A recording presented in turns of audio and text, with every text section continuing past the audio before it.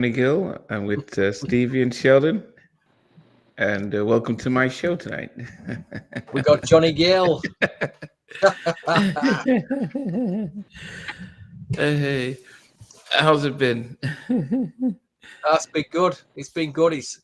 We've sort of got Sheldon. He's in and out of the stream. Yes.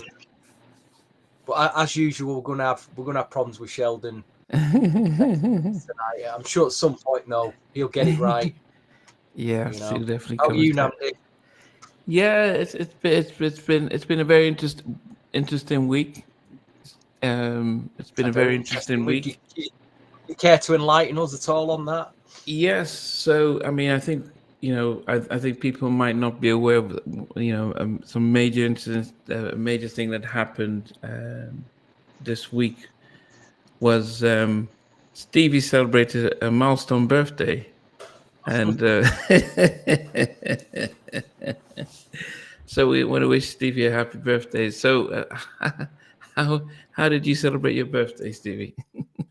Well, it was on a Tuesday. So Happy birthday. Tuesdays is my least favourite day of the week. Off the Sheldon back. He's a prison. He just wishes you happy birthday. Yeah. Thank you. Yeah, it was just a Tuesday. It was just another day. But I've had a good week. You know what I mean? It's nice to have your close family and friends all remember that it's your birthday, of course. Thank you, sir. Yes. Okay. Yes, I mean that is good. I mean, I think we. So look at you again, Joseph and Miss Sevignon, wishing you happy birthday, Stevie. Yes. Thank you very much. Reaching the old 50 milestone there. Oh goodness, half a century! Wow. Very, very blessed. Very blessed. Oh goodness, Dwayne Lacey, welcome, and Dwayne's also giving you a happy birthday. Yes. M Mac is also wishing you a happy birthday as well. Yes. So yes, Stevie hit the 50. The question is though, where's Sheldon been for the last month or so? Hey, Derek. Yes, Sheldon. Slight delay, but he's there. Sheldon, the viewers want to know where have you been up to over the last?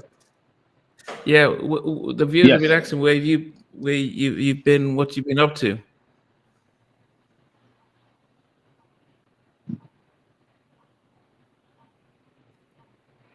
Yeah, man, just trying to finish this book, man. It's just a lot, when you're doing a self-published independent project, man. It's because you're doing not just the writing, you doing everything, man, from top to bottom, So it's a lot. What's the book about?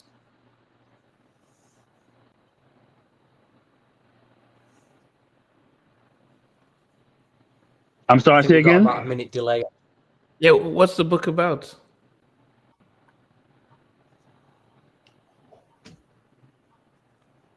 The book I'm writing, it's about this is LL Cool J's. This is his 40th anniversary, and as being in the music business, man. So basically, the book is kind of about him. It kind of like when you look at other artists, Nas and a few other people, man. A lot of books have been devoted to them and really analyzing their career and the projects they had, and LL Cool J's situation is a milestone.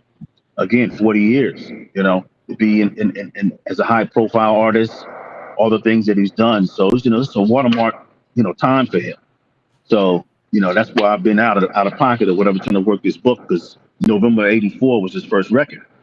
He just released his latest album, in about over 10 years, man. Just went to #1, so just kind of commemorating that space to maintain that history. So it's about him, the backdrop of his career, within rap music and just the industry within itself, just tracing a timeline. Not necessarily a memoir or an autobiography, but it's biographical in nature, So it's a lot of work though. Wow, goodness. Well, we definitely been working on it off and on, for quite some time. So. Wow. Yeah. I mean, And so hopefully this November you should get it done. Thank you. Wow. Yeah. Well, I mean that's definitely an achievement. So yeah, we'll definitely keep wishing you luck. Let's hope LL Cool J gets to hear about it and gets to read it. Thank you. I appreciate that. Yes. Well, the thing is, man, with people are very sensitive about their legacies.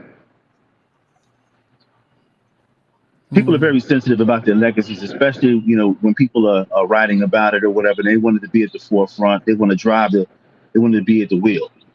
So, it's more so for the music, and I want to be the first person to kind of establish that, the analytical space, and if it finds its way to him, that'd be good, but, I've had experiences with people that have passed in terms of their legacies and things like that, and they're very sensitive. So well, take it with a grain of salt, though. Yeah, definitely. Tanya, good evening. Errol Holmes, good evening. Derek, evening. Other news that we had this past week, and I know it was big as well, was the sad passing of Tito Jackson. Well, probably one of the, outside of Michael, probably one of the most favorite members of the Jackson brothers. And I think he just died of a sudden heart attack, which took everyone by surprise, all the family as well. So because they were just performing a couple of days before, so that was really, really a sad one. Tito Jackson. Was. Yeah. So was it's very sad. It's very sad, but one of the things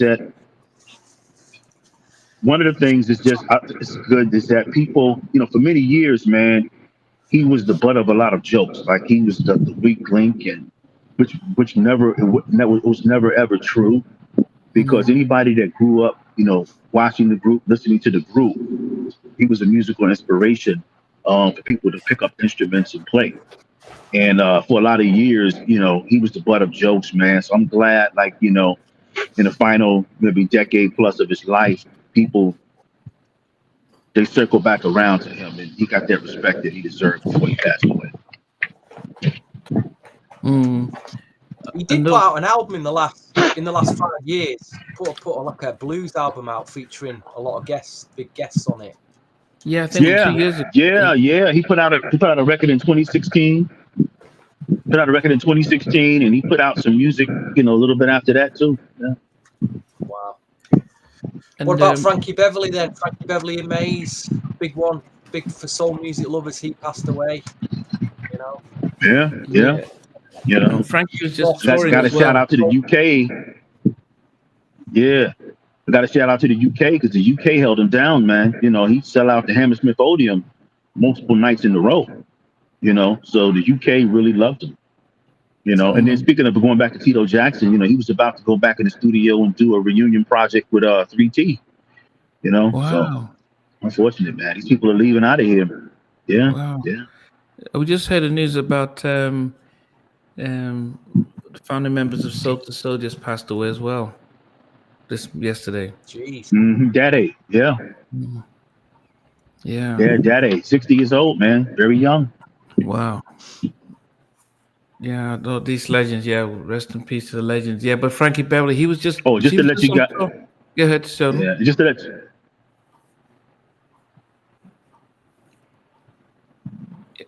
I was just going to say, just to let you guys know, Tony, they will not be re-upping again. What? I'm sorry, just to let you guys know, Tony will not be coming back together again. So. I thought they were trying to do a new album and stuff. This tour was a one-off. No, they've already established it. They won't be going back. Wow. Well, on a more positive note, New Kids on the Block start their Las Vegas residency next summer. I do believe. New Kids on the Block. Okay. Yeah.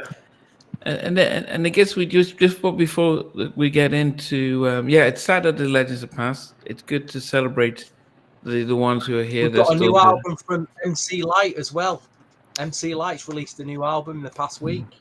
produced by Warren Campbell in the main. 1-to-1 or 1-on-1, it's called. Mm. You know, with Have all you listened these to it? new female stripper rappers like what they call Glorilla and Ice you know, Spice or Ice Tea? Nicki Minaj. We've got the best here. You know, Have you listened to MC Light's album? Not yet. It's there on my to playlist at the Okay. moment, but I did notice that she put an album out, and we have to mention it. And yes, Mr. Savagnos mentioned that Jodeci were planning to tour in Europe. I know they come to the UK at the end of December. Yeah, so I'm sure there'll be a lot of people coming to see that. Also, finally, it's I think for me one of the saddest news has been, well, apart from the legend's passing, is Mr. Diddy being arrested on federal charges of racketeering. I would say this, that there was a time when I wanted to be in the music industry. I wanted to be that was the person I wanted to be, not whatever he was doing outside of music, but how he just sold music, as a label executive, as he, the way he, what he changed in the music industry, not just doing the remixes and his label. I was like, wow, if I could be an executive, if I could work in music, that was him. Anything he touched would turn to gold. And yeah, it is definitely, it's rocked everyone what's happening. There's a lot of people who are nervous because, they were probably involved in a lot of that stuff, but we'll wait to see how that plays out. But, it's not a good thing. For those of us who are music lovers of history music, he had a lot to contribute for the whole Uptown success. And, but unfortunately, like R. Kelly, there are things that they did that alleged to have done that have harmed people. So we'll wait to see how that goes. So, it's very diplomatic of you there, Nnamdi. Very, very diplomatic. Okay. Yes. So, but we should send you to. We should send to a meeting with Putin in Russia. He'd be a great diplomat for the UK, I think. Send you to send you in the middle of Palestine as well, and Israel, so you can sort that out as well. Mr. Diplomacy there. But anyway, yeah, Tanya, Jodeci coming to Germany as well with Shy. What I'll just say is the fact that I think a lot of our artists, I'm recognizing that there's a lot of love in Europe for them. So the fact that Jodeci are now making a journey out, SWV did it a while back, Janet is coming back here. It just seems as if actually they're coming back. They're like, okay, let's try and tour the Europe market. So that's really good. But anyway, I've always felt, in America, black music in America, they've always really focused highly on what's coming out now. I understand that, and what happened, it seems what happens in the past gets celebrated more here and in Europe. They don't seem to really go all out and celebrate, or just do something to remember what has been before them. I don't know.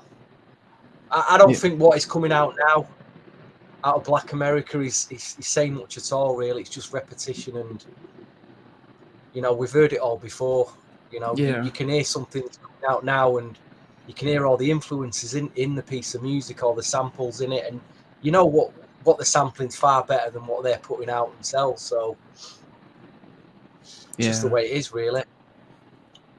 Yeah. Okay. I mean, everyone's here for us to celebrate the Johnny Gill album, his third album that was released in 1990, shortly after the Heartbreak album. It was released on April the 17th, to be exact, 1990. Yeah. There you go. 1990, yes. It sold over 4 million, and it's less than 50 minutes long. When you think about how in the mid 90s albums were almost 80 minutes, 90 minutes. The prerogative, the Johnny Gill album was just about 48 and a half minutes. So it just says that they focused on the quality. 10 songs with, and half of them produced by Jimmy and Terry, 4 with LA and Babyface. So he kind of went and got some real solid producers to develop a proper mature sound. And this was tough for me, to go through and trying to. I think the bottom 2 were easy, but I think when I got to 9, 10, 8 to 2, that was hard because they were just very hard. I kept listening and moving and shuffling. So, but it's an amazing album. I think of all of them, that the debut albums, I think Prerogative. Sorry, not Prerogative. The Prerogative album. Is it? No, Don't Be Cruel album. I think that was released in '88, or '89. So that's was sort of in a different time frame. But the BBD album, the Johnny Gill album, the Ralph album, I think this was probably the best produced and tight. Really, a good 7, 8 out of 10. So definitely an excellent album. So it was really good to be able to listen to it continuously to try and arrange which orders my top 10 on the album was. What about you, Steve? What did you think about the album before we get into our list? I felt it was, even if you put it up against Bobby's "Don't Be Cruel" album, I think we've had this podcast. I've said it's the strongest one out of all the solo albums. The New Edition guys, for me, I just think it's a really consistently strong album. From, like you say, from vocals, production, songwriting. I just think this album's got it all. I mean, that's a great album cover as well. It's a very defining, strong R&B album cover. That, whoever was doing the album covers back then for Motown, we definitely got that one right, because it's we can just. You see that and it's like, yeah, Johnny Gill, I don't think he got much better than this for him, even though he has been putting albums out, and he has been putting strong albums out. This is the one for me. So, like you said, it's been I've changed this 10 about 4 times. I've stuck to my number 1, but like you say, from about 8 to 2, I've moved it around a lot. And I've now gone with the tracks. I seem to have gone, rather than favourites, I've gone with the tracks that I play the most. Now, some of my favourites have changed. They might have been favourites back then, but it's changed now. But I've just done a chart of what I'm playing the most when I go back to this album, the songs that I keep playing over and over. So hopefully in our 3 charts tonight, there'll be, I'm expecting there'll be some surprises, some shockers. You always get that with Sheldon anyway. And, I never know where your head's at sometimes, Nnamdi. Yeah, Sheldon, what are your thoughts about the album?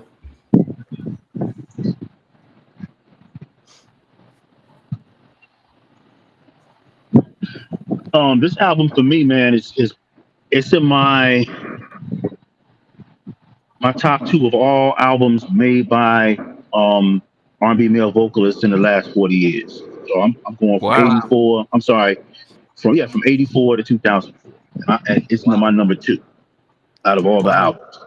What's and then number in terms 1? of that the whole new edition franchise, it's my number 1. I went back and listened to the album, and I mean, the song, like you guys already said before, songwriting is so strong. It's a very, very tight album, from top to bottom. And it holds up. There's nothing really too much dated on the album. Oh, that's a shame. He's just getting into it there as well. He's gone. He's gone, yeah. I wonder what was his number 1 then? That is the thing. I know his favorite artist is Teddy Pendergrass, but I didn't know if that was going to be his favorite male artist's album. So I was like, okay. Teddy P. Well, it's hard to argue. Teddy P's a great artist. Yeah. He did some great stuff on that Philly label. Yeah, but I think the thing about this album, and about this particular album, is that there was some. Okay, he's back. He's coming back. Remember, folks, I think his stream is about a minute. It's lagging by about a minute behind. Just be patient. I know you are. I know you're all watching, being patient. We really appreciate that. And Max in the house. Big shout to Derek. This one guy got a big shout out. Wrote us an email this week called Michael McDonald.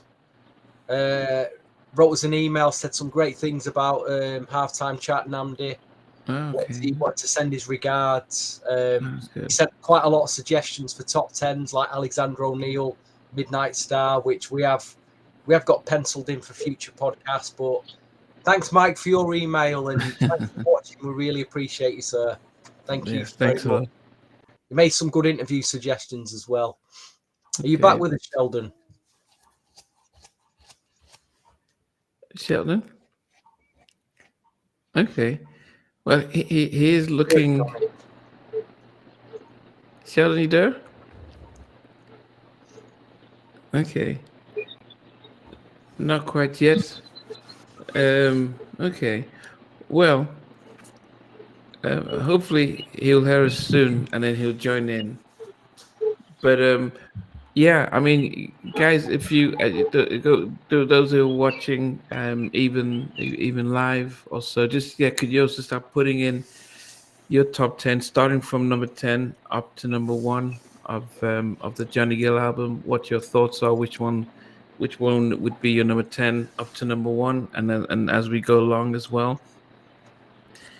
Yeah, and Max said yes, he loves how they used Karen White, Shirelle, and Pebbles on the backgrounds in the Babyface camp. Oh, totally.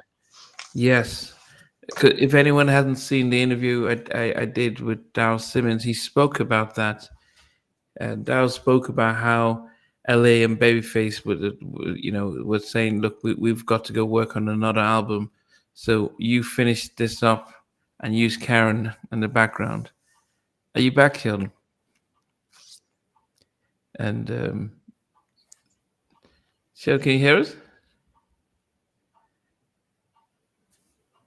Okay. I wonder. We can't hear him yet. There's no sound in his stuff.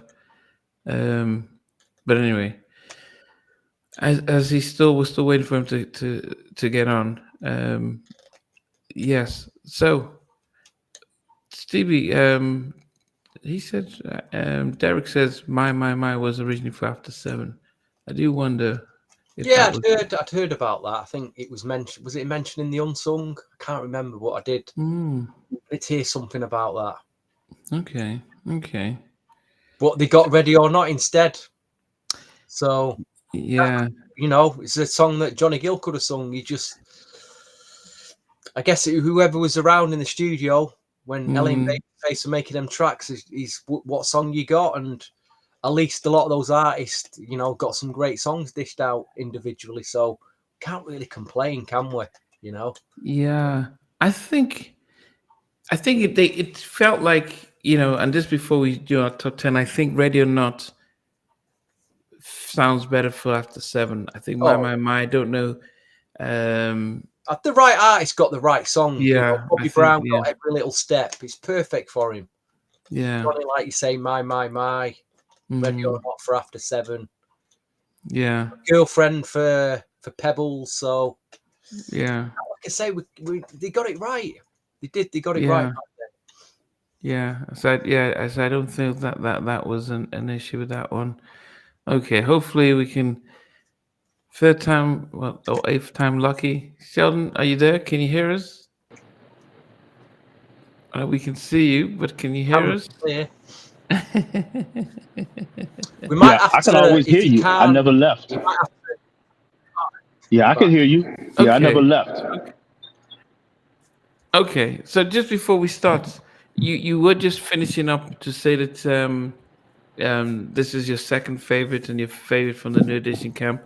Everyone was asking what was your favorite album if this is your second favorite.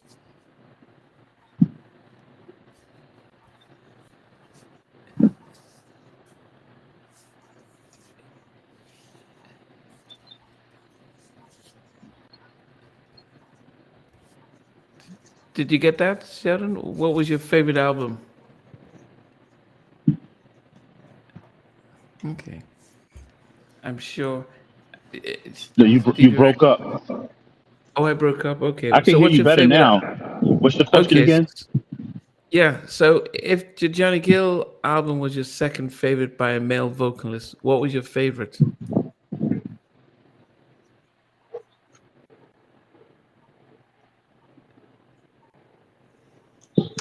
I said it earlier. Make it last forever. Make it last. Oh, make it last forever. Okay, okay. Keith Sweat. Okay, Make it so last forever. make it last forever. Okay, so yeah. Okay, let's start with our top 10. So I don't mind starting with my number Hmm. 10 on the Johnny Gill album, and Let's Spend the Night came in at number 10 for me. Um, it was a decent song. It was a little bit forgettable, and it was a little sort of mature kind of track that compared to the other tracks on the song on the album was probably I felt one of the weaker ones, and so that made my number 10. Let's Spend the Night, and I'm trying to see who even did that particular track. I think it Randy was produced by Randy Ran and Jam and Lewis. yeah, it was a little bit old school kind of thing. So I Yeah, just thought, yeah. yeah. Well, what about you, Stevie? What was your number 10? I think Let's Spend the Night is a great place to put number 10, actually. I totally agree with you there. And I went with it for my number 10 as well. It's one of the least tracks that I play on the album. Good, nice, good track. Don't get me wrong, good track. But it's, I don't exactly rush to play that one. But it's a solid start. It's a solid opener, number 10. So let's stick with that. Okay. I wonder where. And as we move to Sheldon now, let's hope we can get something out of Sheldon. If we can't get anything out of Sheldon, type it out, and we'll relay it over to the listeners in the chat box we've got down below. It's up to you.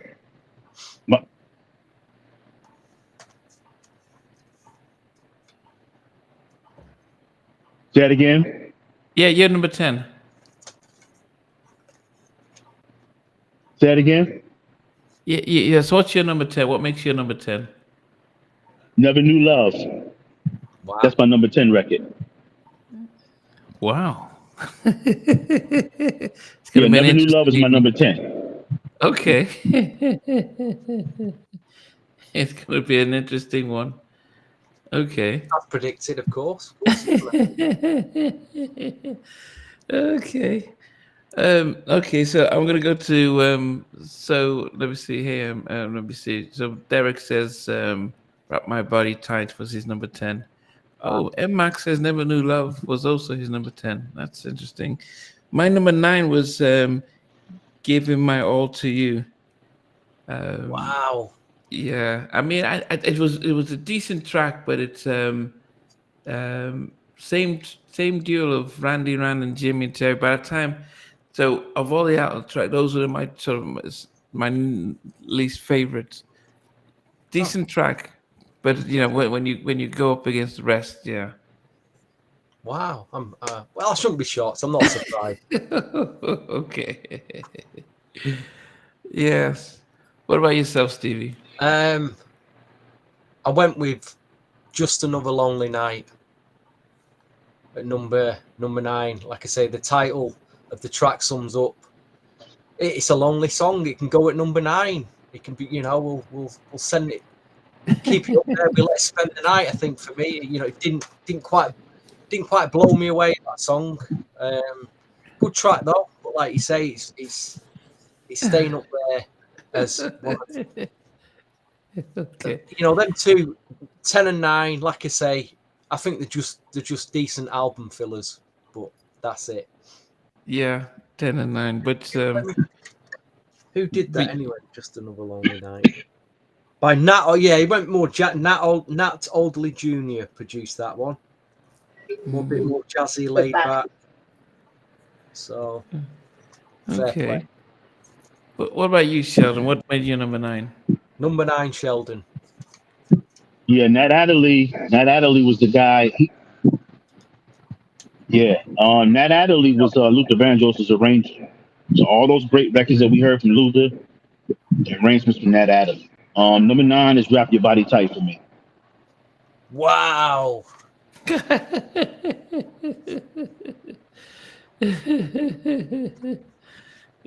Wrap Your Body Tight is my number 9. Hey, why Colin. is that number 9, Sheldon? Any reason why?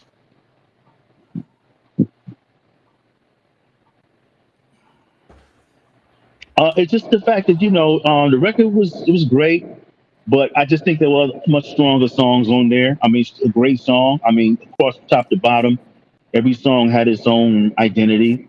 So I just think that going back listening to the records or whatever, I just like a few other songs that were higher on my list that I like much better. Okay. Good evening to Colin.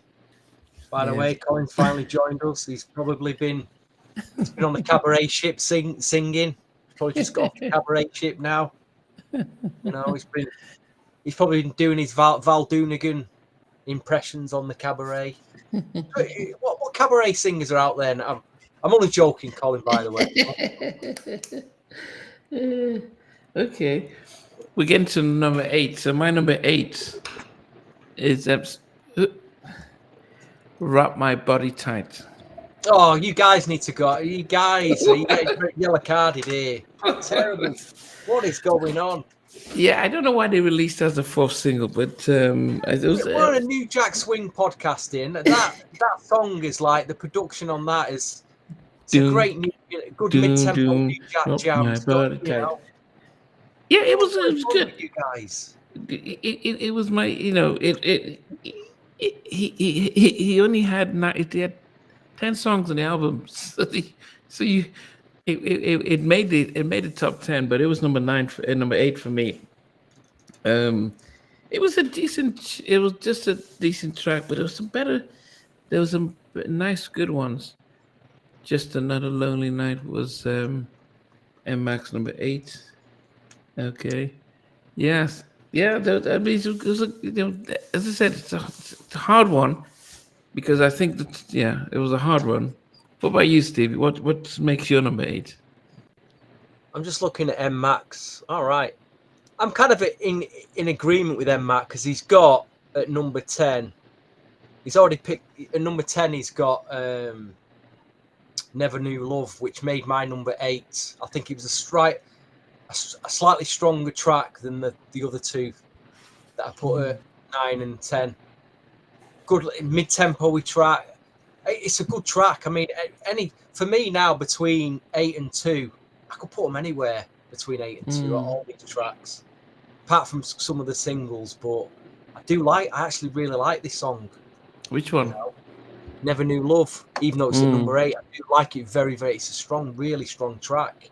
It's just the tracks before it are even stronger.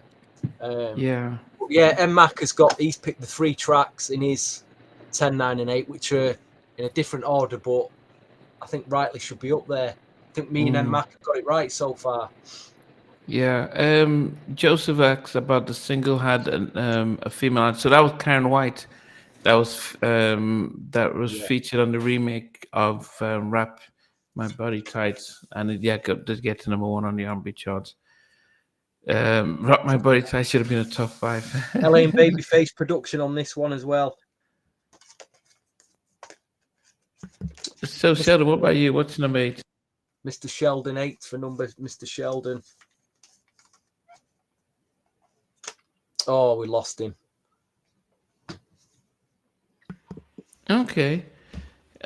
He probably fainted when we found out that people put.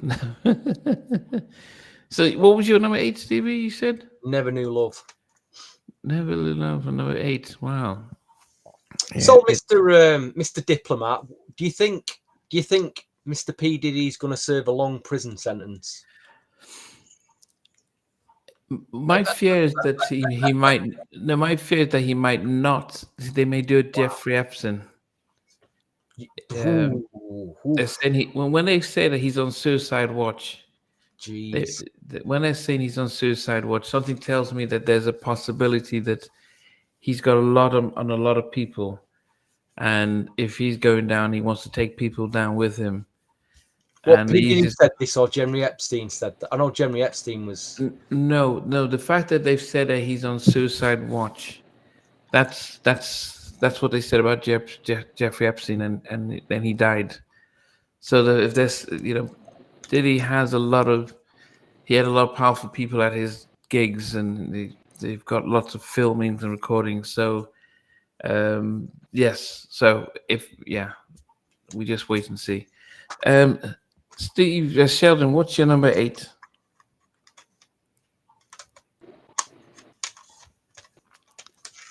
There's a slight delay. Yes, Sheldon, what's your number 8?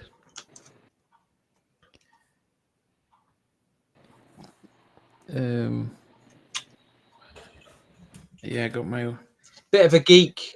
This is for the music geeks. Here's that's a UK Motown pressing CD.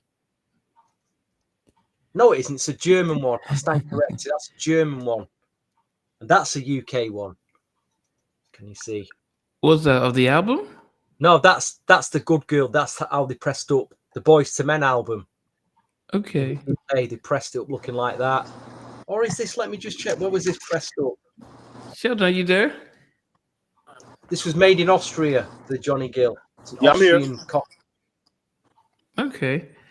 You've changed positions, so hopefully we get better signal. So, what was Jackson? What your number 8 was? Yeah, my number 8 was "Rub You the Right Way." That's my number 8. Wow. The reason, like I said, when I looked at going back and played this album, it was just, to me, it was just so many much more stronger songs that have like lasted the test of time. But just when I put that song in perspective, I think that was the right record for him to come out with at the time, because everybody was, everything was all up tempo, and it was a curve, it was like a curveball, because people didn't really see him as that type of artist with the dancing and all that stuff. Like, definitely loved the remix with CL Smooth. I remember being in clubs and they really played it, really super heavy. But that's my number 8. Once again, just going back and listening to the album, it's so many great songs, and I had to literally look at them from song to song to song and just kind of wipe out my memory. So my memory, my past memory, would make me make a biased choice. So that's my number 8. Okay. Sheldon, you're making a lot of people upset. I mean, Rub You the Right Way, number 8. He's not rubbed anybody the right way with that number 8 there, has he? No. But my number 7, my number 7 is Rub You the Right Way. It when it first came out, I didn't like the song at all. When it first came out, I couldn't, Johnny Gill dancing, it grew on me. But if I'm listening to it now, when I listen to it now, I mean, as I said, when you're listening to the album over and over again, I normally would try to skip that track if with Let's Spend the Night and Give Me All Your Love. But it was a good effort. It was a good surprise, as Sheldon says, the fact that he came out, the guy who couldn't dance, the least dancer with New Edition, coming out with really saying, it's just going to watch me, I'm going to just dance and stuff. So I give him the props for that, and it was a good track and stuff. But the remix is probably one of the greatest New Jack Swing remixes of all time. Yeah, but we're doing the album. We're just focused on I'm sure the album mix is solid though. It's still a classic for me. It's still a classic of its time. Yeah, definitely is. Yeah, definitely is. But on my album, it's probably it is number 7. And Mac agrees with that. Although Derek is going, give him my all to you. He put that down. Okay. Colin's going to bed. I appreciate him putting 1,000% into the singing. Yeah, I mean, as I said, he sang and he danced, and I actually had to give it to him for doing his dance. Really just worked hard on that one. So yeah, it comes in at number 7. It shows you how good the album is. Yeah. What about you, Stevie? What goes to number 7? This is for me. There was 4 singles from the album that was released, and the first one enters at number 7, and I went for Fairweather Friend. Like you, I wasn't too fussed about this record back then. I didn't like the remixes. There was some remix of it, and I didn't enjoy the remixes for some reason. But the album mix over the years has grown on me a lot, and it is a very strong track. LA and Babyface production. I think you can hear. Sure, did Karen White do? But let me just check. Yeah. So yeah, Karen. Let me just check. I'm sure. What's the name? Daryl Simmons. Daryl Simmons and Karen White on backing vocals. Yeah. Co-produced by KO and Daryl Simmons. Yeah. No, long track, but like I say, I wasn't too fussed about the remixes though. Yeah. I think Jazzy B. No, that was it. He did. Jazzy B did a remix of "Wrap My Body Tight," didn't they? But we'll get to that later. Anyway, that's my number 7. Sheldon, what's your number 7? My number 7 is "Feel So Much Better." That's my number 7. Okay. Nice mid tempo. Okay. Feel so much better. Okay. That's a good, strong track. You know, when you look at that, when you look at that record, man, it's just it kind of switched things up. There's a lot of slow ballads and there's a lot of mid tempos, and I'm just listening to the album once again. I'm just very amazed at how the songs are not redundant, because a lot of those albums that came out around that time, they were kind of redundant in their content, in their production, the lyrical content, like I said before. So it was just very unique. I think it broke up the monotony from the up tempo to the ballads, and and where it was sequenced in the album was good as well too. So yeah. Okay. My number 6, which just and I actually like the vibe of this. Just a lonely night. I like did it sample something? Because it felt like it sampled. It felt like I don't have the album, so I don't know if that song sampled. Might be the melody you're referring to. The melody might be from something else. It is, it's got a melody line. It had a familiar melody that I'm thinking. I felt like but I love the whole vibe about that. Doom, doom, doom, doom. Might be something like you say, because it's produced by Nat Alderley. He might have reimagined it from some other track that he did, some jazzy soul thing years earlier. Yeah. So that was my number 6. Go ahead, Stevie. Stay, Sheldon. But you know what it is? If you listen to that record, the reason why it has a similarity is it's an arrangement. It's a musical arrangement. And when you listen to the arrangement, what makes it familiar, if you go back and listen to Luther Vandross records, like If This World Were Mine, A House Is Not a Home, that's where that familiarity comes in. So that arrangement is where it comes from.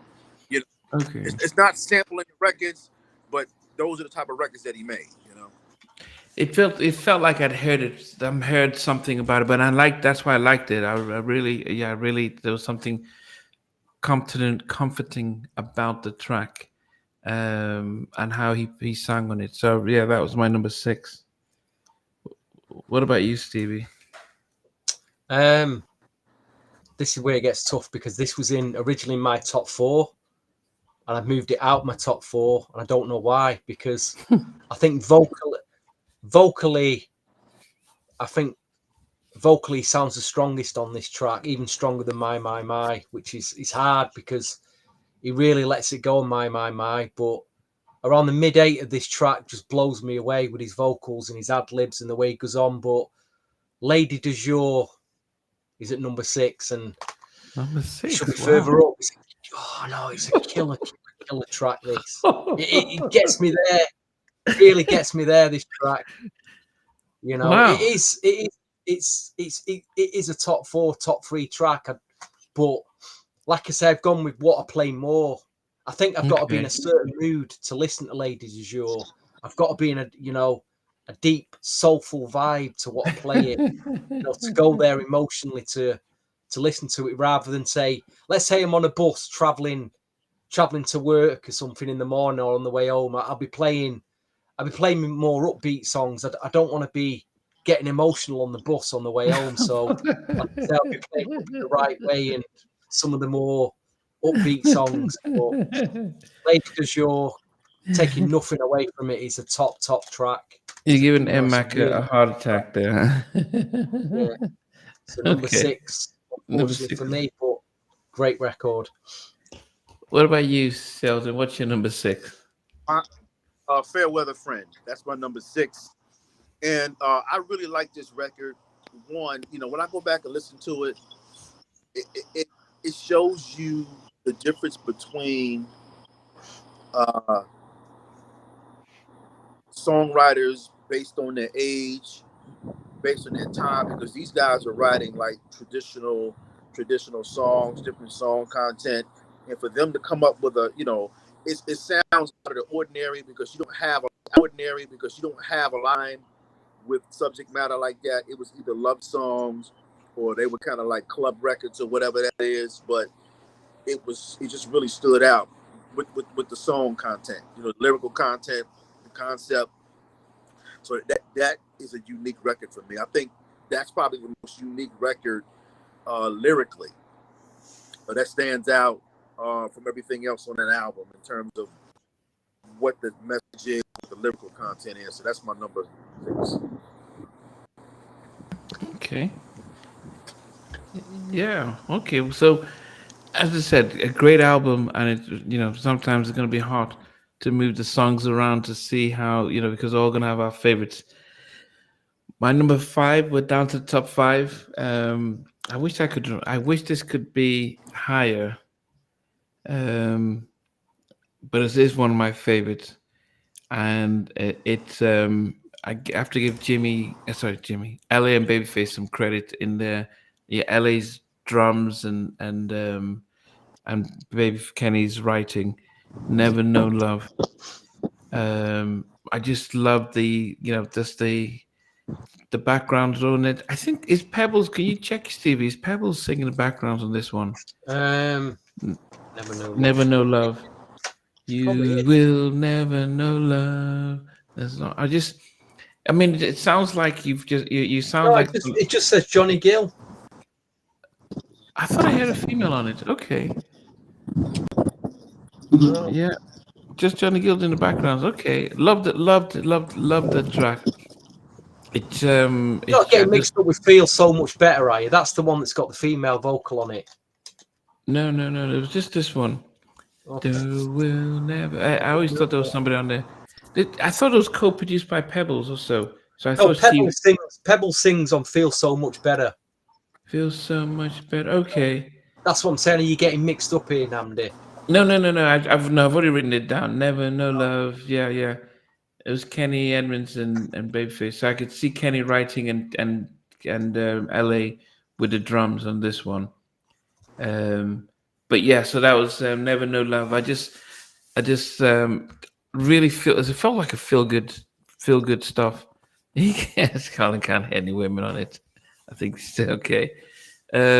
Yes. So yeah, it was. I think it's the two women were on.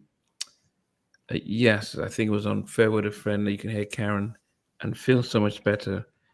But yeah, Never Know Love. That I just love that, how up tempo it was, and I actually think I probably could have gotten it a little bit higher if I could have, but yeah, and I really enjoyed listening to that one.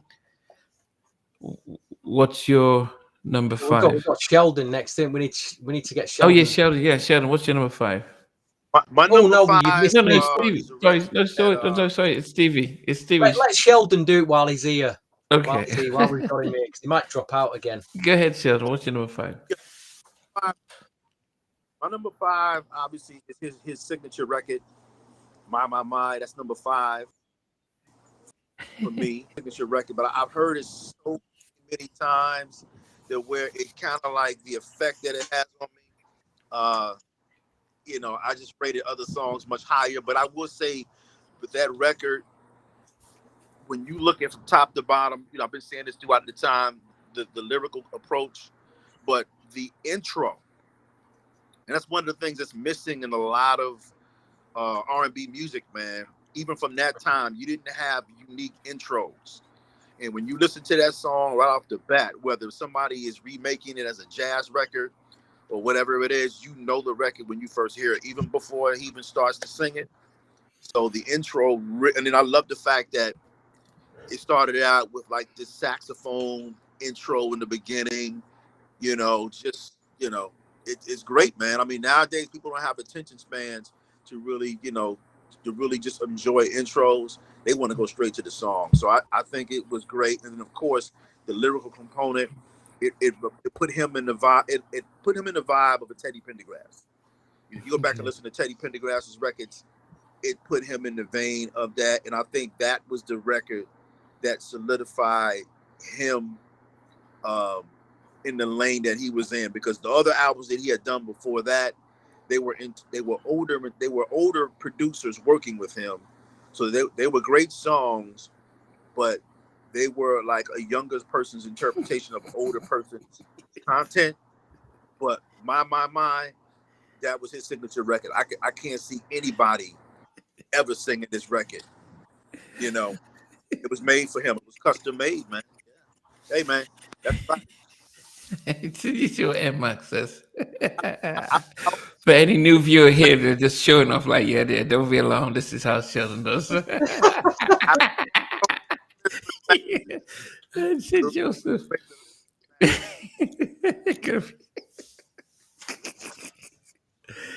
Yeah. It's been number 10.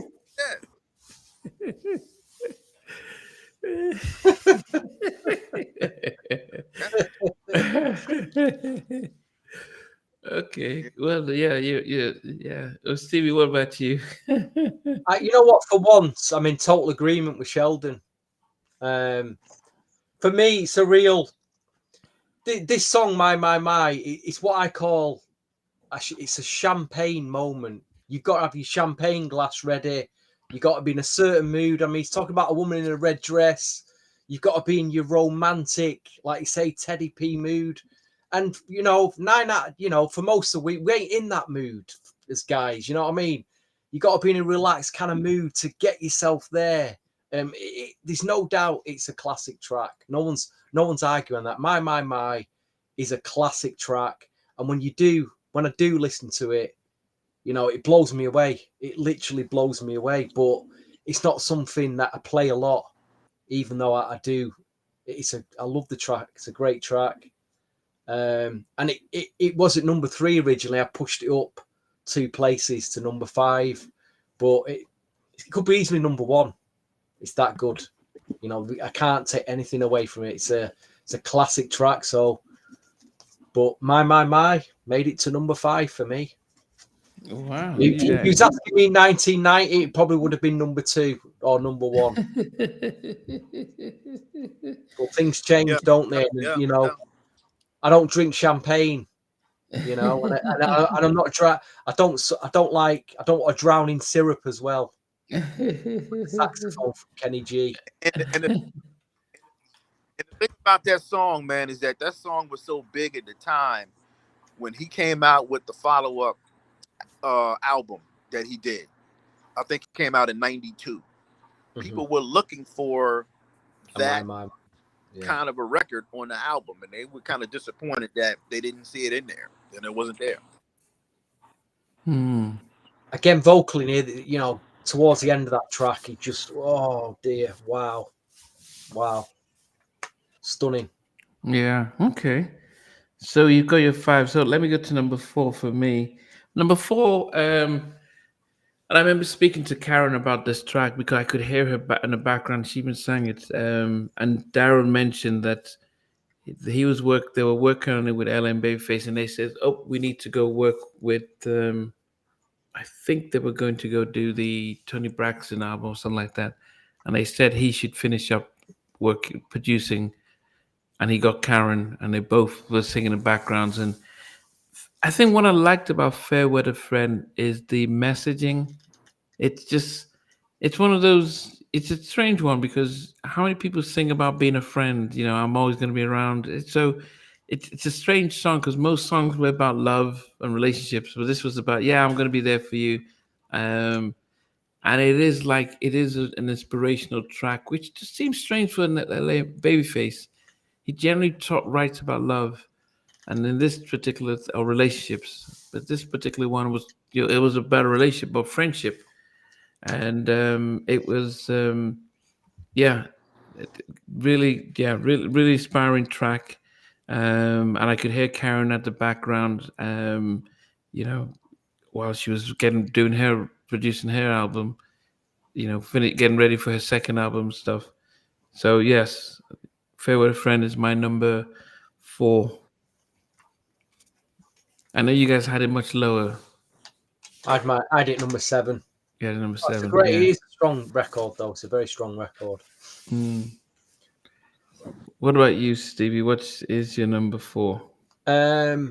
It's the third of the singles because there was 4 singles released. Rub You the Right Way. Okay, I'm surprised you didn't have it number 1. Yeah, it could have been number 1. I've just got great memories of this record. Buying the single, the remixes. It's just a great energetic New Jack Swing track for me. You know, I thought his dancing was really good as well. Underestimated. He really moved in this one, didn't he? You know, but very high energetic New Jack track in my top 5. And great memories of Rub You the Right Way. Okay, Sheldon, what about you? What makes you number 4?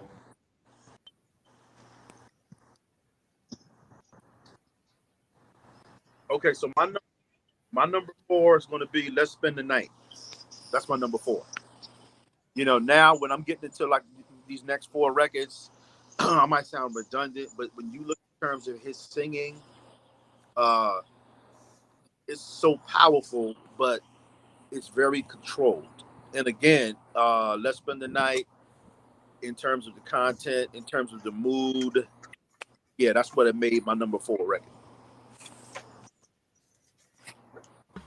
Wow. Okay. I mean, a track that I couldn't even stand. He's really high up there. Okay. Wow. No, but as I said, good album. But I think it was a lot more old school for me. Yeah, going into number 3. So Derek said "Just a Lonely Night" for his number 4. So and Mark also says "Feels So Much Better" for his number 4. My number 3 is my. I think as we've all, you know, we've all mentioned about the track, and I think one of the things is actually it probably is one of the least songs I do play because it was so overplayed that you kind of, you know, you're like, okay, yeah, and that's probably why "Rub You the Right Way," it was so overplayed. The thing about it though is that just as we were preparing for this, I started to listen to it again, and I'm listening to the lyrics, I'm listening to the story, and first from the first verse, then the second verse, and I'm like, wow, this is some really good songwriting.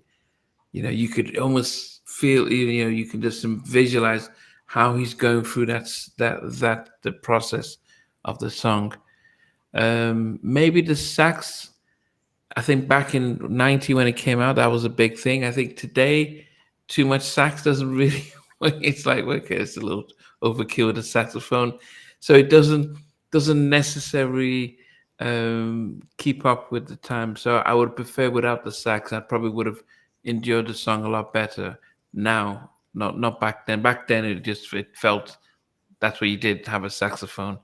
It doesn't sound. It doesn't. It didn't date well with the sax. So My at number 3. I'm just thinking, you know, how old was Johnny Gill when he recorded this album? Johnny Gill was 25, 24 going on 25 when he made it.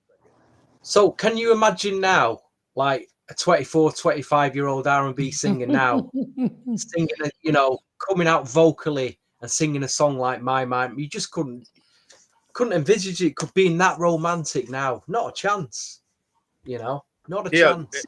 But also the ability to pull the songs off vocally.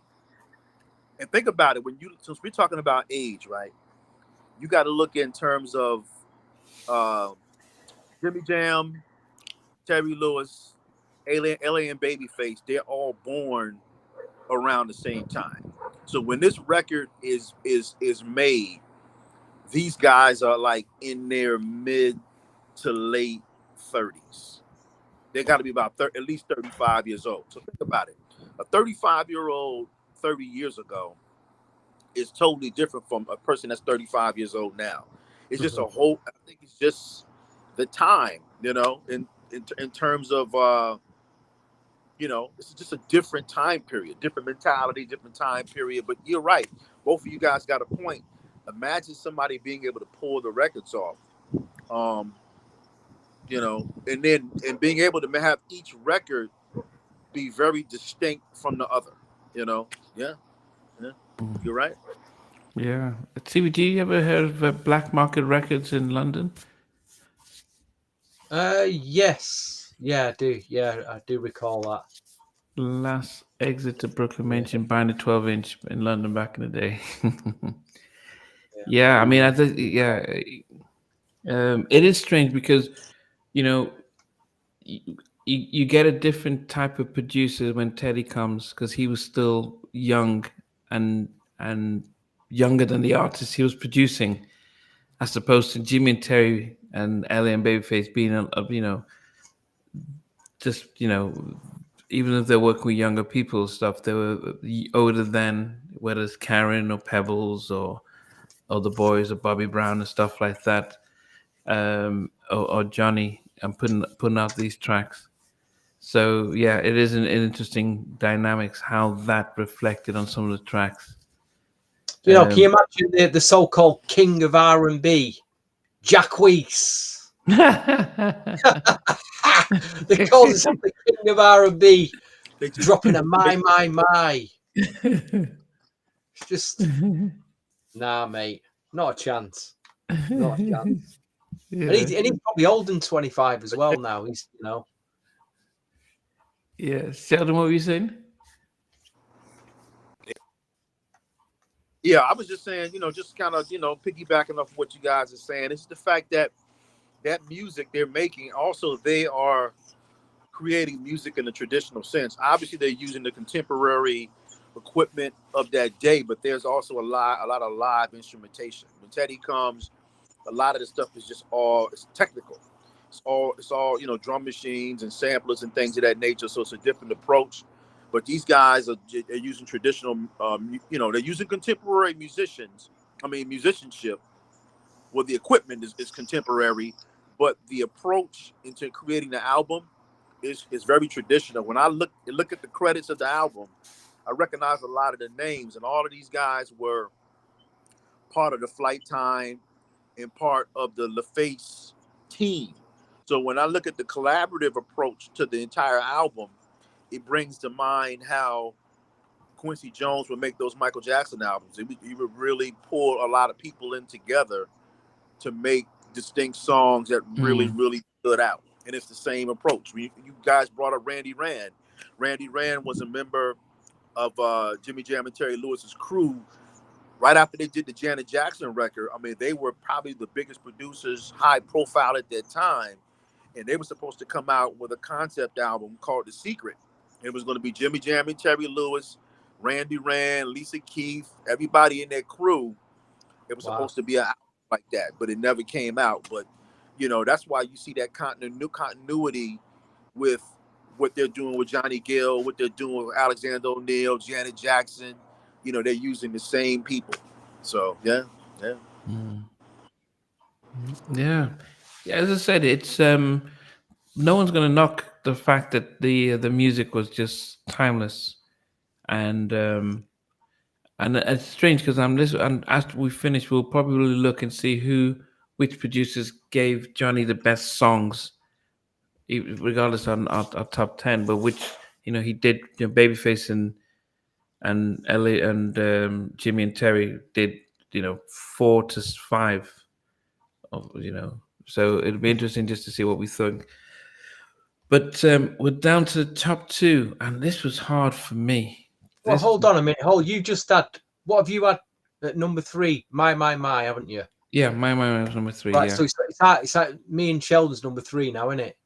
Okay. Have you done your okay? So go ahead. lost in the train of my that we forgot to do our number 3s. So number 3, I got the mid-tempo, Feel So Much Better.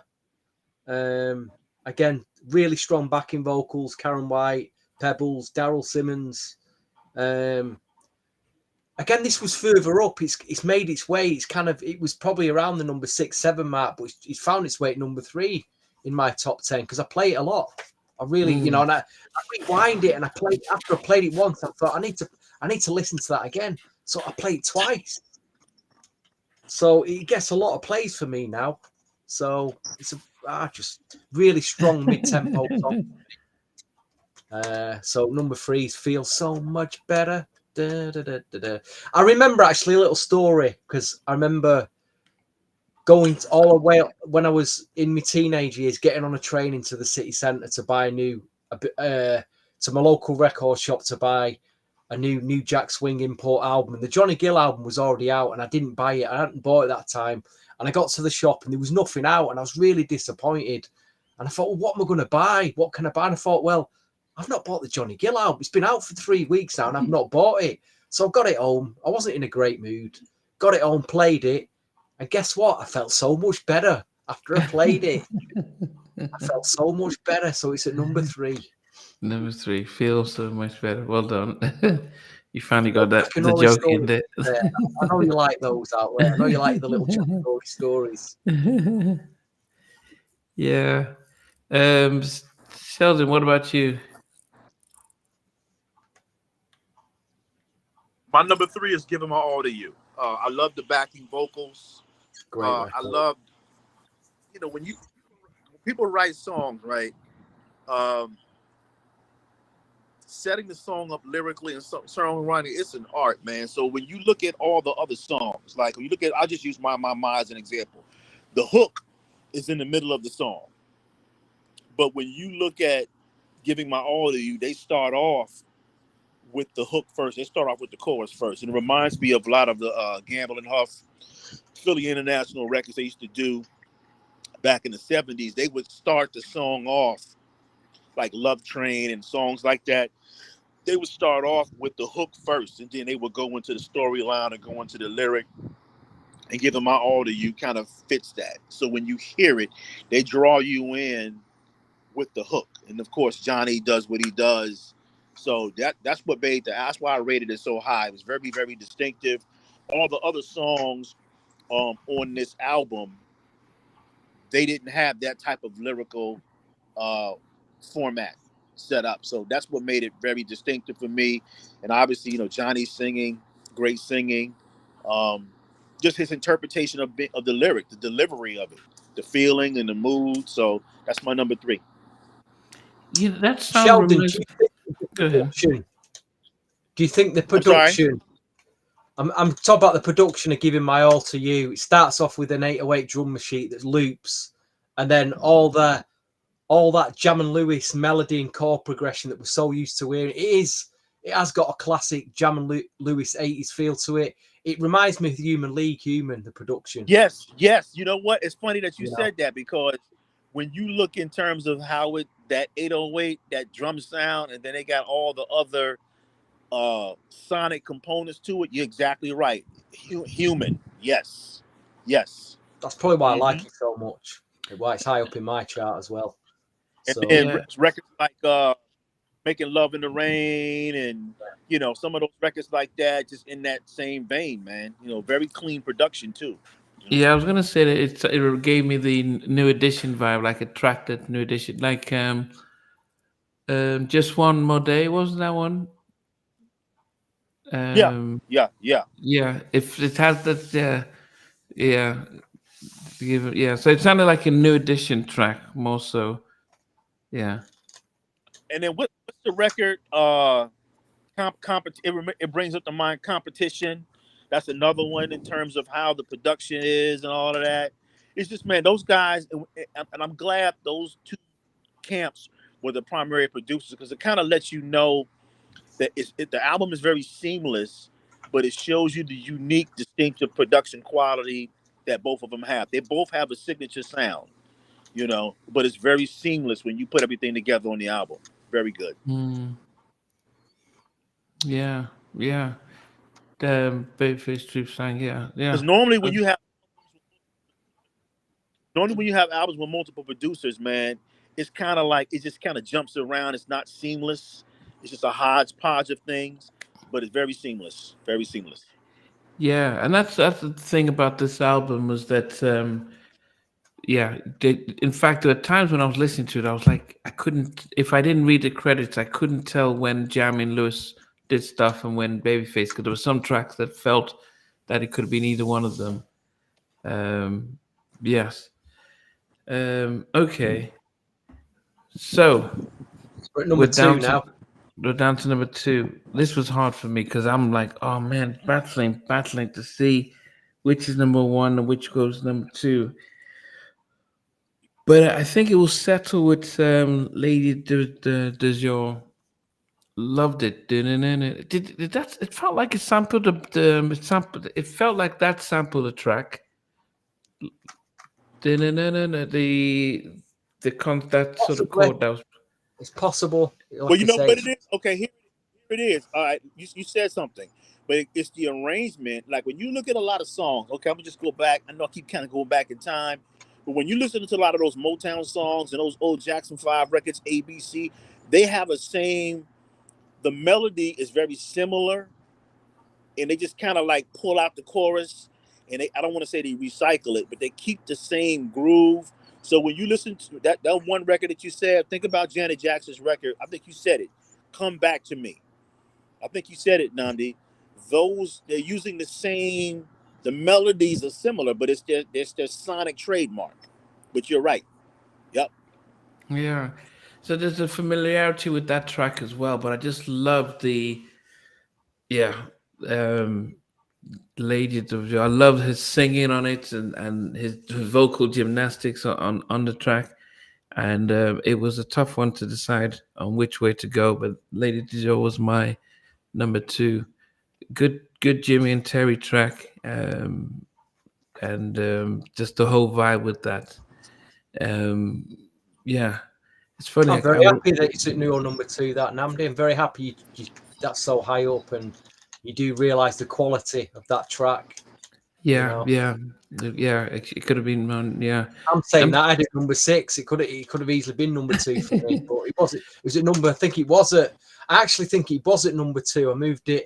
I moved my Lady Du Jour out of my top 2 and 3 just because the others are play more. That's the only reason why. But it's a killer track, man. It is, and yeah, get you deep, that record. It could have been number 1, but yeah, Derek had My as number 2, and Mac had My number 2, Colin My at number 2, and Chim Beach decided to do a whole different chart. Number 1, let's just run away. he just pulled out the Mo Money soundtrack track. Yeah. So Chim Beach, we were doing the Johnny Gill album, the 1990 Johnny Gill album. We're doing this album, sir, but yeah. But we haven't seen in a while. That would have made, if they'd have reissued the album, say a year later, and put that on as a bonus track, no one would have complained. Well, in fact, no, didn't they put it on the 93? I can't remember. Didn't they put it on as? But I can't remember now. Did they actually put Let Just Run Away on Provocative album? Someone remind me in the comments. My number 2 is Sheldon's number 3, actually. Giving My All to You. Giving my got that late 80s soulful. A lot of mid to late 80s soul albums had like an 808 mid-tempo groove track on them that got played by a lot of the the DJs on underground radio in the UK or early on in a club. Tracks like Midnight Star, Curious, that 808 bubbling feel to it, mid-tempo track. I don't want to be lonely, girl. There was them type. Oh, and that would have fitted nicely. Give My All to You would have fitted nicely in the mix in like a night, an 80s like mid-tempo groove mix. So, but it's just because I play it a lot. I do play a lot now, so it's Feels okay. So can we get Sheldon in to get his last two before he gives away? Sheldon, what makes you number 2? Not there though, is it? No, he's there. The camera just was switched off, but he's gonna come back on. My number 2 record. Hold on, once I'm trying to. We can hear you. We can hear you.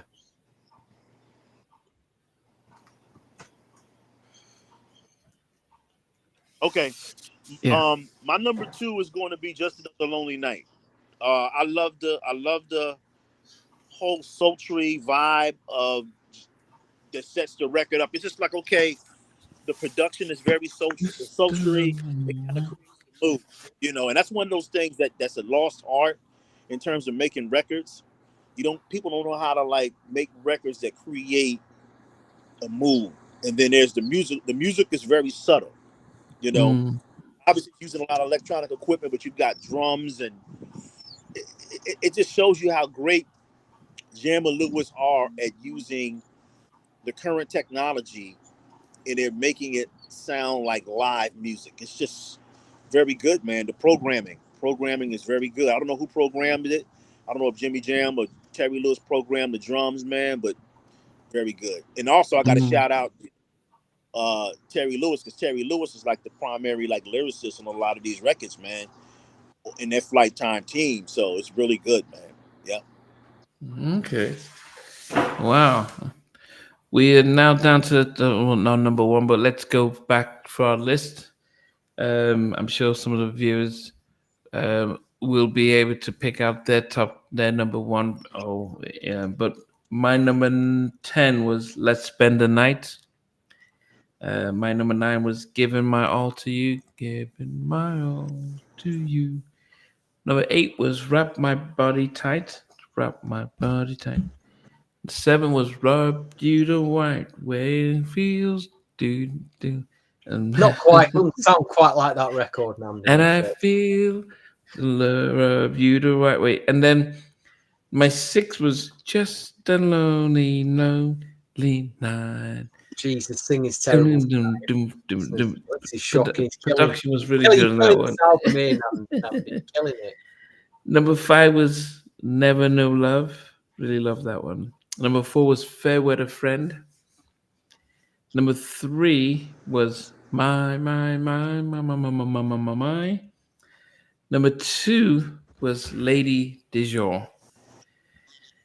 And my number 1 was, oh goodness, I think the background vocals did this for me.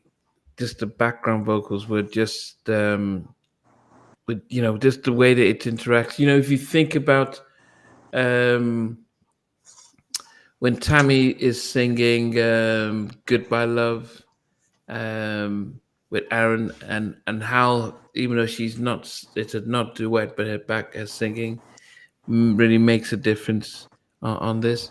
And I could hear Karen White, and I didn't realize Pebbles co-produced this. And yes, Tyson, it is live. And yeah, my number 1 is Feels So Much Better. It's a great choice. So much better. Oh goodness, yeah. So okay. Wow, you picked a really quality track there for number 1. Feels so much better. Yeah. So I just love the whole vibe of it. Yeah. So Colin and Emma Kid, Giving My All to You. They put it as the number 1. Lady Dijon. So Auntie Philly had Lady Dijon her number 1, which was my number 2. And But as I said, if you think about it, it's we started off saying it's a hard thing to do for this album because it's such an amazing album. But yes, that was my number one. It feels so much better. As I said, the background vocals make it for me. Just the hearing, the females singing and the whole vibe. Stevie, you want to go 10 to? Sure. Let's Spend the Night, which you picked also at number 10. Number 9 is, now you guys have convinced me, I maybe should have put it a bit higher up, Just Another Lonely Night, because it is a strong record. I can't. It is a strong record, that. Number 8 was Never Know Love. Number 7 was Fairweather Friend. Number 6 was Lady du Jour, which should have been so much higher. Number 5 was My, which should have been so much higher. Number 4, Rub You the Right Way, which should have been so much higher. Number 3 is the next three songs I play the most. Feel So Much Better is your number 1, but it's made its way to number 3. Number 2 is Giving My All to You, as I was explaining before, and a few reasons for my number 1. In terms of the term swing beat, as we used to say in Europe, in the UK, or New Jack Swing, I feel this has got a very sophisticated swing beat. I wouldn't say it's full on. It's between mid-tempo and up-tempo. It's got a very sophisticated drum pattern, and it also, as the song goes on, everything just gets higher and higher and builds and higher, and you're going along. It's like the track takes you on a journey.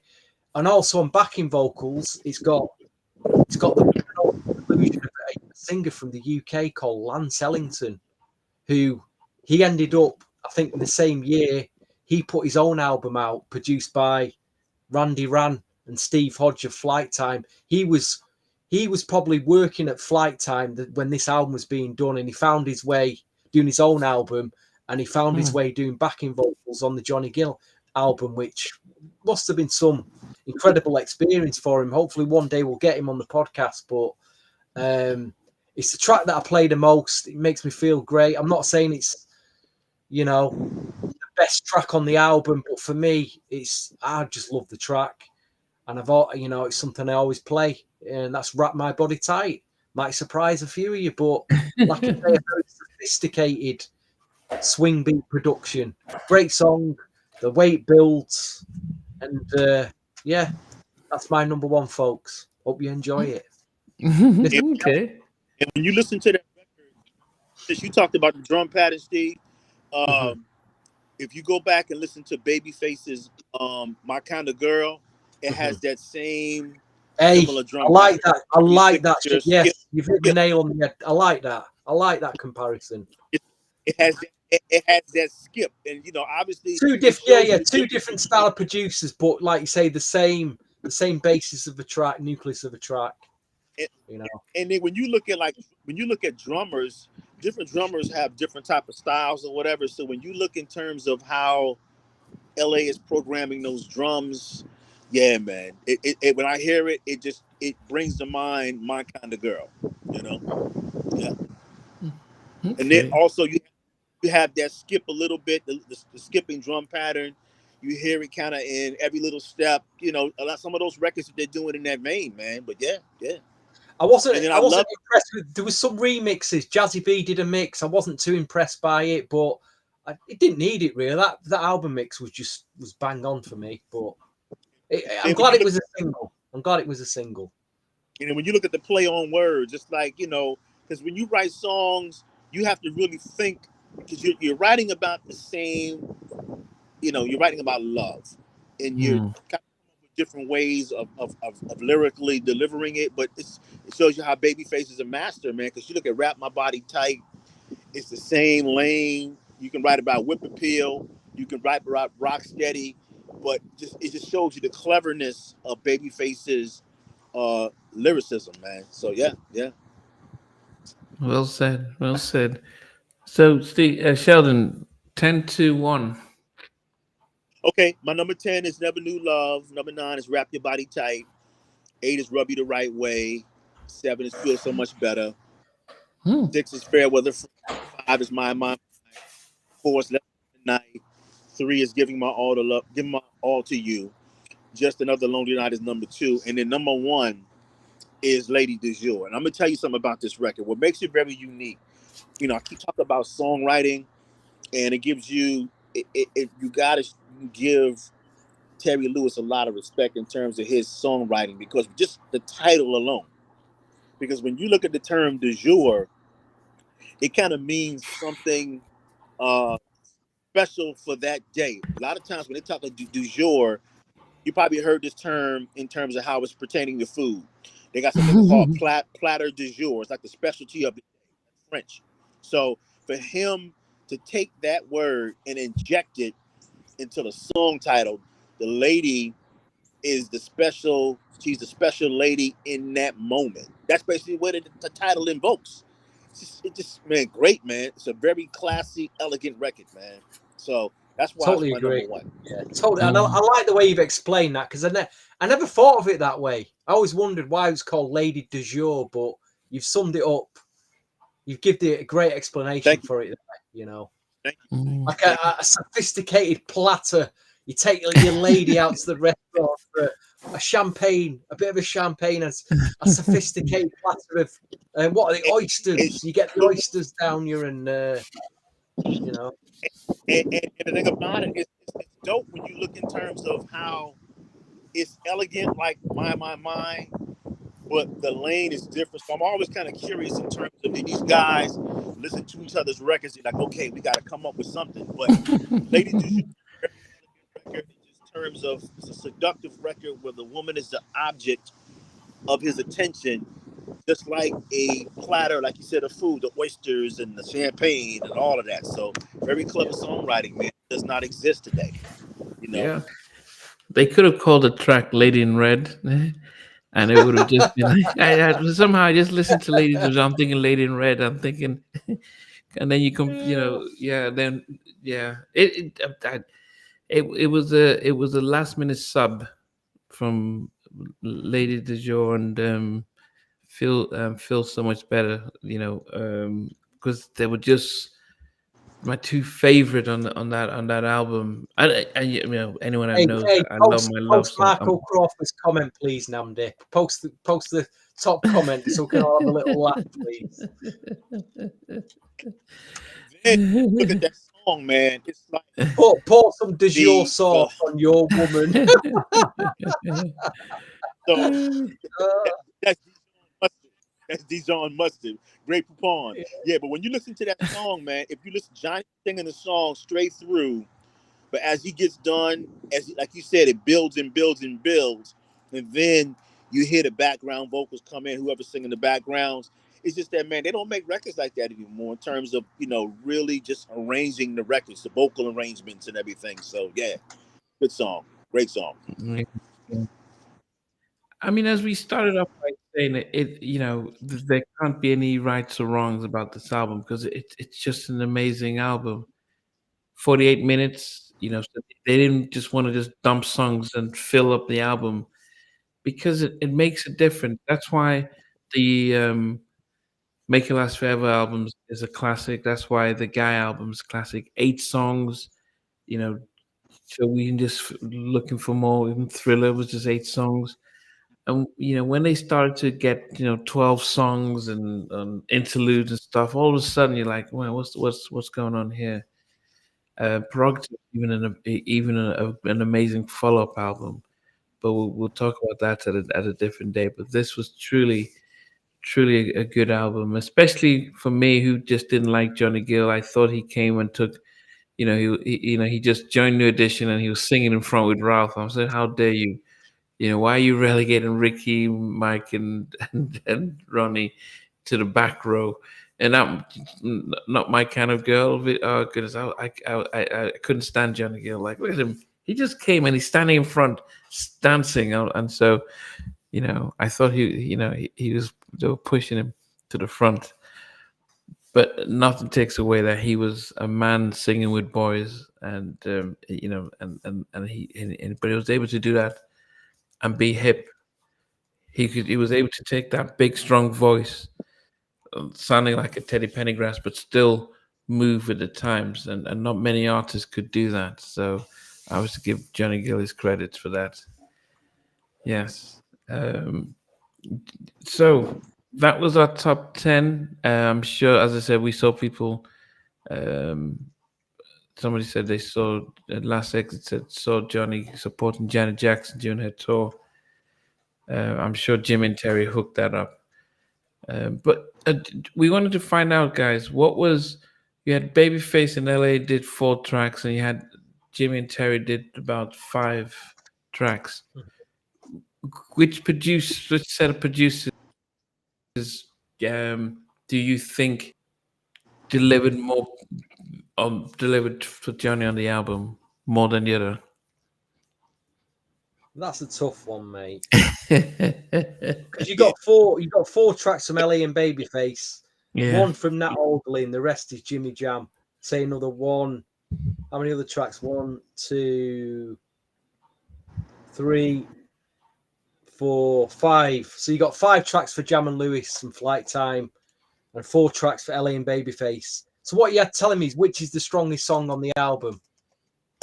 But you know what? It's kind of redundant because we kind of hit it. And I would just say that when you look in terms of the songs, right? If you take away, you could say it's 1 each. My Mind, Lady Du Jour, probably the strongest songs on the album.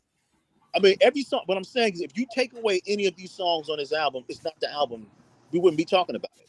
No, it would be the single in totality. You know, it's like when you pull. I mean, certain people will obviously why we did what we did, but in totality, if you pull any 4 songs off this, regardless of who did it wouldn't be the album.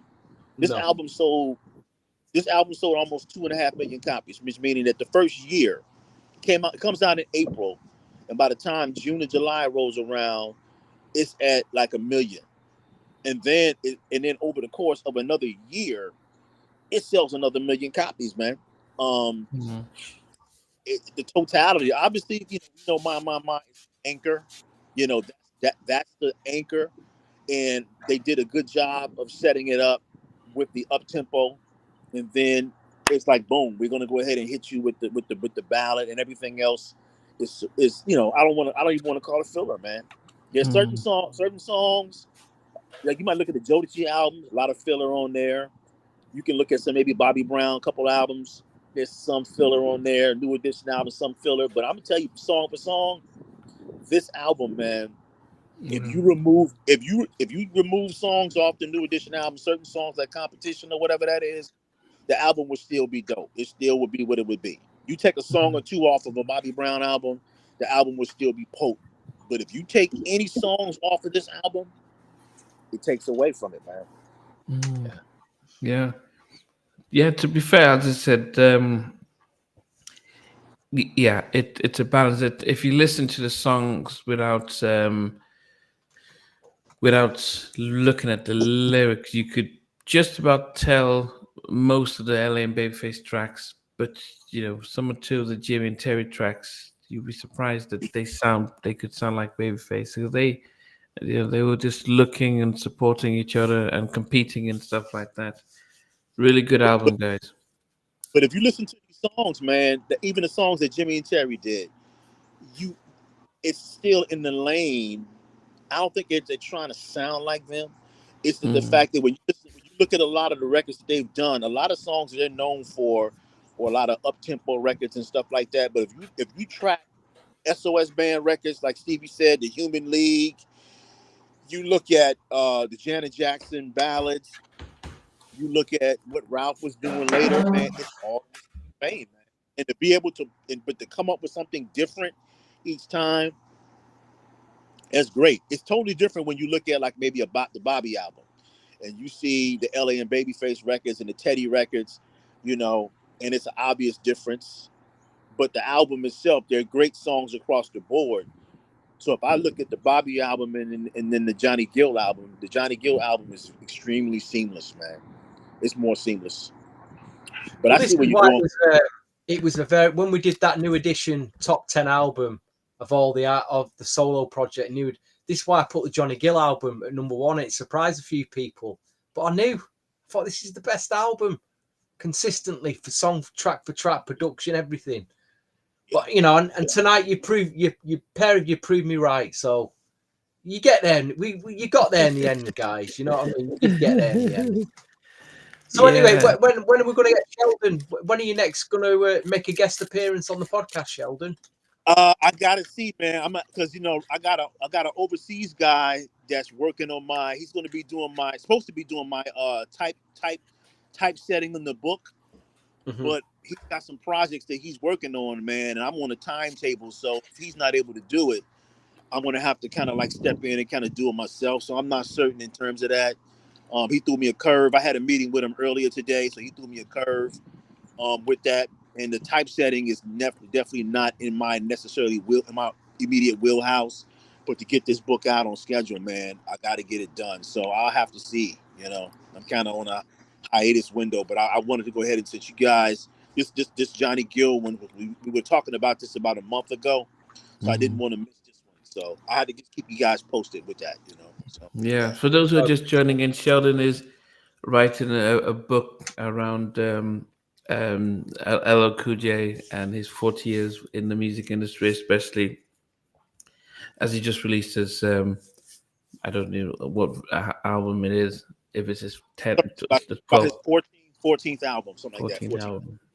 So definitely wishing you luck with the book.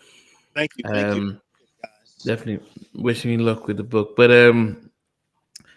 yeah, definitely a good album. We will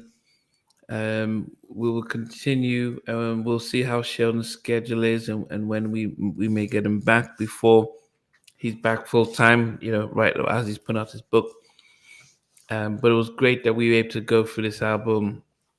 I don't know if Johnny Gill gets the respect for what he did, not just helping New Edition when they needed to reconnect with an audience and really be taken seriously. And he stepped in and gave them that mature sound, but still allowed them to be cutting edge. And he put a lot of work. They put a lot of work in his albums, and I think those Motown albums, he took it seriously. He got the right producers, and he, unlike Belle Biv DeVoe, whose follow-up album Hootie Mac, I think they were just trying to do it on a budget.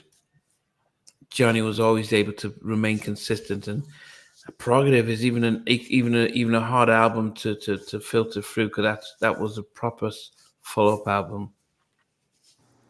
For all my listeners out there, if just you brought up the Hootie Mac album, I don't know if you guys got Paramount Plus, but there's a Belle Biv DeVoe behind the music that's on the Paramount Plus, and they talk about, I don't want to give a lot of things away, but it's very transparent and something we might have to kind of talk about offline. But the Hootie Mac album, they were following the Dr. Dre Chronic situation. That's why they did it, and they got a big budget. But they basically blew it, man. They were trying to do the whole Dr. Dre situation, man. But yeah, if you guys get a chance to, if you got access to Paramount Plus, the streaming platform, you got to check out that Belle Biv DeVoe behind the music. You'll come away surprised. Wow. Yeah. Wow. Okay. Well, I mean, definitely good. Stevie, it's been great having Sheldon with us, because it needs the three of us to really get the balance you right. get a more in-depth review of an album, and Sheldon always brings the extra bit of class to the podcast. Oh, well, thank you so much. I appreciate that. Thank you. Yeah, definitely. Okay, guys. Well, it's been great. We will, Stevie didn't give his own diplomatic response to his thoughts about P. Diddy being locked up. But there is the music and the memories, and we just can leave it like that. We lost a lot of sad sort of legends this week. I hope the next time we meet, we don't get those news of more legends passing, because that's always a tough one. But anyway, for us, any final words, Stevie? Then Sheldon. In the coming weeks, October, we've got we've got a couple of bits to look forward to. We've got the New Kids on the Block album, Face the Music from '93 to review. We've also got some of you might remember the NGS3.com website in the mid 2000s. It's quite prominent on the internet. We've got the guys who were behind that website. We're going to just look back on it, look back to that time period. I was a big part of it. So was a guy called Andrew Knight. So was a guy called VJ or Joe Decidal. So we're going to get them on and I've just reminisce about that site and what it's done for New Jack Swing now on the internet, because it did have a big effect. So that's something to look forward to. But I will wish you all a good evening anyway, and I hope we've rubbed you the right way this evening. That's all I can say. Thank you for joining us. Yeah, Sheldon, any final words as we leave? Great choice, great album choice to kind of go over, and hopefully it inspires some people to go back and revisit the album, and of course revisit Johnny Gill's catalog. And I want to second the fact that he is a critical piece to that whole New Edition franchise. People fail to realize that Johnny Gill had already been making records for 7 years. For 7 years, a little bit longer. We're talking about maybe 80. Well, I know his first solo album was 83, but he was making records with Stacey Lattisaw, right around that same time period. But think about it, 7 years. So he's 25. So he started making records at 17, 18 years old.